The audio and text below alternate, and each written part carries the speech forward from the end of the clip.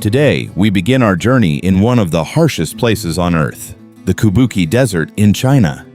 But this wasn't just any desert. People once called it the Sea of Death, because here survival didn't mean living, it meant slowly disappearing. Every year, hundreds of thousands of acres of fertile land were swallowed by sand. Green fields turned into barren wasteland right before people's eyes. Trees withered, crops failed, and families were forced to abandon their homes. All that remained was endless waves of sand, scorching winds, and a silence so deep it felt like life itself had given up. But the most terrifying part? The desert wasn't staying still, it was expanding, year after year. Villages vanished, farmland disappeared, even roads were buried beneath the shifting ramal. This process has a name: desertification. It's when living, fertile land slowly transforms into desert, and Kubuqi had become one of the most extreme examples on Earth. For years, people tried to stop it. Trees were planted, massive projects were launched, millions, billions were invested. But nothing seemed to work. It felt like an unwinnable battle. Until one man came forward with an idea so unusual, people laughed at him. His name was Wang Wenbiao. He risked everything, his savings, his future, to fight the desert in a completely different way. With over 100 machines and hundreds of workers, he began reshaping the sand itself. They created small grid-like patterns using dry shrubs, then planted willow trees inside those grids. Now, these weren't ordinary trees.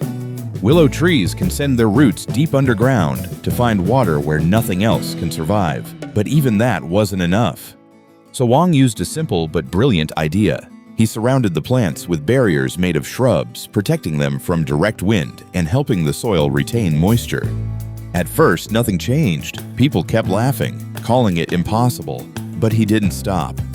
Day after day, year after year, he kept going, and slowly, something incredible began to happen. Some trees survived, their roots dug deeper, and the movement of sand started to slow down. It was the first sign of hope, but then came another challenge. To grow strong, these trees needed regular pruning. Without it, they wouldn't develop properly. And across such a vast desert, this was nearly impossible for humans to manage. So the question was, who would do the job? And that's when the story takes an unexpected turn. Because the answer wasn't a machine, or even a human. It was a rabbit, a special breed called the Rex rabbit. Known for its incredibly soft and valuable fur, often called white gold.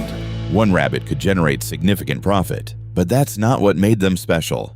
What made them powerful was their behavior. These rabbits loved to eat the young, tender shoots of willow trees. And as they did that, the main stems of the trees grew thicker, stronger, more resilient.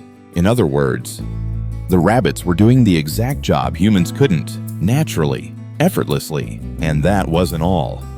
Their waste acted as a natural fertilizer, bringing life back into the dry, lifeless soil. Even more surprisingly, the seeds from the grass they ate weren't fully digested. So when those seeds returned to the soil, new grass began to grow. A cycle had formed. Nature and animals working together. Families who once fled the land came back. Hope returned. And then came the final twist. In the middle of the desert, a massive solar power plant was built, shaped like a galloping horse. Thousands of solar panels generating enormous amounts of energy, enough to power hundreds of thousands of homes. But here's the genius part. These panels didn't just produce electricity, they reduced wind speed, created shade.